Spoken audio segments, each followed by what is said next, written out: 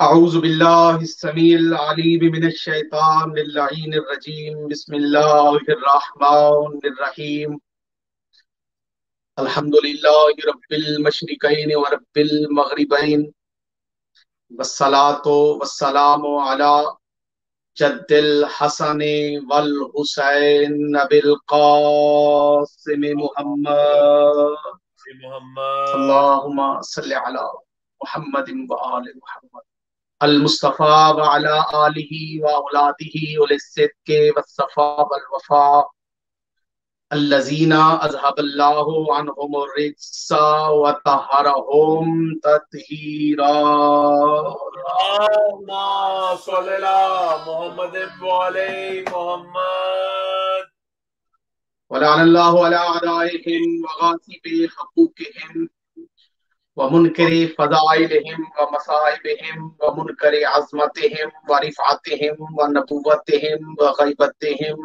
وحرمتہم وشجاعتہم وشہادتہم وولایتہم اجمعین اما بعد قال حق سبحانہ تعالی فی القرآن المجید والبرہان الرشید وقولہ الحق بسم اللہ الرحمن الرحیم انا اعطیناک الکوثر فصلی لربک وانحر ان شانئک هو الابتر صدق اللہ مولانا العلی العظیم وصدق رسولہ النبی الکریم الامین ونحن علی ذلک لمن الشاہدین والشاکرین والحمد للہ رب العالمین او کما قال اللہ تبارک وتعالی فی القرآن المجید والبرہان الرشید بسم اللہ الرحمن الرحیم ان اللہ وملائکتہ یصلون علی النبی یا ایھا الذین آمنوا صلوا علیہ وسلموا تسلیما اللہم صلی علی محمد وعلی محمد وعجل فرج آل محمد۔ سامعین و ناظرین، دل کی عطا گرائیوں سے تمام اہل بیت نبوہ بالخصوص ائمہ طاہرین علیہم السلام اور بالخصوص ہمارے وقت کے امام حجت اللہ ولی العصر قائم آل محمد عجل اللہ تعالی فرجہ الشریف کی باعزت باعظمت بابرکت بارگاہ جلیلۃ القدر میں مبارکباد آج کے اس عظیم الشان جشن کی میں اپنی طرف سے اور آپ کی طرف سے پیش کرتا ہوں۔ بہت بہت اس کے مبارک۔ بعد تمام موالیان حیدر کرار، محبان محمد و آل محمد، ولایت الہیہ، ولایت مطلقہ، ولایت امیر المومنین علیہ السلام پر غیر مشروط ایمان رکھنے والے تمام مومنین کرام کو آمد سبت اکبر، آمد فرزند مصطفیٰ، مصطفیٰ ابن مصطفیٰ، مرتضی ابن مرتضی، مجتبی ابن مجتبی، یعنی آمد حضرت امام حسن مجتبی علیہ السلام بہت بہت مبارک، بہت بہت مبارک، خیر مبارک قبلہ، خیر مبارک۔ خدائے لم یزل کی باعزت باعظمت بارگاہ میں جتنا بھی شکر ادا کیا جائے کم ہے کہ اس خدائے وحدہ لا شریک نے ہمیں اس قابل سمجھا کہ ماہ سیام کے اندر، ماہ رمضان المبارک کے اندر ہمیں ولایت امیر المومنین علیہ السلام جیسی نایاب قیمتی دولت عطا فرمائی اور معرفت محمد و آل محمد ہمیں عطا کی، جس کے نتیجے میں ہم قرآن کا بھی جشن مناتے ہیں اور وارثان قرآن کا بھی جشن مناتے ہیں۔ کیا بات، بے شک۔ ہم نبی کے آنے کی خوشی بھی مناتے ہیں اور اولاد نبی کے آنے کی خوشی بھی مناتے ہیں، ہم علی کے آنے کی خوشی بھی مناتے ہیں اور اولاد علی کے آنے کی بھی خوشی مناتے ہیں۔ یقیناً آج تمام عالم اسلام کے اندر خوشی کا روز ہے اور یہ خوشی دوسری خوشیوں سے جدا ہے۔ جدا اس لیے ہے کہ آمد سبت اکبر، آمد امام حسن علیہ السلام کائنات کی وہ خوشی ہے کہ جو ہجرت کر کے آنے والے مسلمان جو کہ مکہ سے ہجرت کر کے مدینہ تشریف لائے تھے، اور بالخصوص مدینہ میں رہنے والے مسلمان، اور خاص کر کے وہ اصحابہ کرام جنہیں ہر وقت مکہ سے خوف آتا تھا کہ کہیں مکہ کے کفار دوبارہ ہم پہ حملہ آور نہ ہو جائیں اور کہیں پھر ہمیں دوبارہ نہ لڑنا پڑے، اور ان کے دلوں میں ایک خوف کی شکل رہتی تھی، ان تمام صحابہ کرام اور بالخصوص نبی کریم علیہ الصلوۃ والسلام کا کلمہ پڑھنے والے مکہ کے اندر اور مدینہ کے اندر ہی نہیں بلکہ پوری کائنات میں جس نے بھی نبی کا کلمہ پڑھا تھا، ان کے لیے یہ خوشی اسلام کی پہلی خوشی قرار پائی۔ کیا بات! دیکھیں، اسلام جس کے اندر خوشیاں بھی ہیں اور غم بھی ہیں۔ دیکھیں، نبی کریم علیہ الصلوۃ والسلام غمگین تھے۔ غم کیا تھا؟ مکہ چھوٹ جانے کا غم۔ غم کیا تھا؟ بدر کے اندر اصحابہ کرام کے شہید ہو جانے کا غم۔ تو ابھی اسلام کے اندر غم ہی چل رہے تھے۔ تو اسلام کے اس غمگین ماحول کے اندر یاد رکھیے گا، 3 ہجری میں جو آفیشل پہلی عید قرار پائی، پہلی خوشی قرار پائی، اس خوشی کا نام آمد حضرت امام حسن مجتبیٰ۔ کیا بات ہے! نعرہ حیدری یا علی! کیا بات ہے! بے شک رمضان کے مہینے میں 3 ہجری کو امام حسن مجتبیٰ علیہ الصلوۃ والسلام کی آمد، اور اس آمد کی وجہ سے مصطفیٰ کریم علیہ الصلوۃ والسلام کے اوپر ابتر کا لگا ہوا داغ، اور وہ جو تانا جو کہ کافروں نے اور منافقوں نے بیٹھ کے ہر جگہ یہ مشہور کر دیا تھا کہ نبی کی تو نسل نہیں چلے گی، اس تانے کو دھونے کے لیے امام حسن مجتبیٰ علیہ الصلوۃ والسلام کی آمد، اور اس آمد کے بعد رسول خدا صلی اللہ علیہ وآلہ وسلم کا خوشی منانا، اور صرف خوشی منانا ہی نہیں بلکہ حکم دینا کہ خوش ہو جاؤ اس لیے کہ میری بیٹی کے گھر میرا بیٹا حسن آ گیا۔ کیا بات! امام حسن مجتبیٰ علیہ الصلوۃ والسلام سبط اکبر بن کے تشریف لائے۔ دیکھیے، آج کا یہ جشن تھوڑا سا میں اتنا طویل بھی نہیں پڑھوں گا، لیکن جامع پڑھوں گا اور طویل پڑھوں گا، لیکن اتنا بھی طویل نہیں ہوگا، لیکن کچھ بنیادی باتیں میں اپنے سننے والے ناظرین و سامعین کی خدمت میں پیش کرنا چاہتا ہوں کہ دیکھیے کہ ادھر حضرت امام حسن مجتبیٰ علیہ الصلوۃ والسلام دنیا میں تشریف لاتے ہیں تو حضرت ام فضل کو ان کی خواب کی تعبیر ملتی ہے، جو انہوں نے خواب دیکھی تھی اور رسول خدا کی خدمت میں بیان کی تھی کہ یا رسول اللہ میں نے یہ خواب دیکھی ہے، اور اس خواب کی تعبیر ملتی ہے، اور امام حسن مجتبیٰ رسول خدا صلی اللہ علیہ وآلہ وسلم کی گود میں تشریف لاتے ہیں۔ تو رسول خدا صلی اللہ تعالی علیہ وآلہ وسلم امیر المومنین علیہ الصلوۃ والسلام کی موجودگی میں جناب سیدہ سے پوچھتے ہیں کہ اے میری پیاری بیٹی، آپ نے اس بیٹے کا نام تو ابھی تجویز نہیں کیا، نام تو نہیں رکھا؟ تو جناب سیدہ فرماتی ہیں کہ اے بابا جان، میں علی کے ہوتے ہوئے سبقت کیسے کر سکتی؟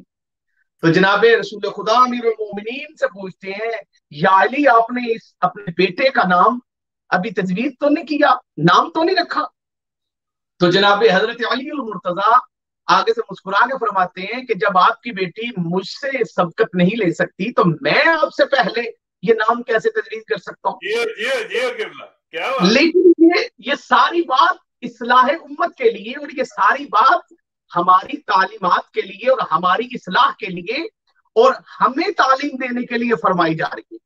تو جب رسول خدا سے مولا کائنات فرماتے ہیں کہ میں آپ سے پہلے تو نام نہیں رکھ سکتا، تو رسول خدا مسکرا پڑتے ہیں اور فرماتے ہیں کہ اگر سیدہ علی تجھ سے پہلے نام نہیں رکھ سکتی اور علی تو مجھ سے پہلے نام نہیں رکھ سکتا تو میں اللہ سے پہلے نام کیسے رکھ سکتا ہوں؟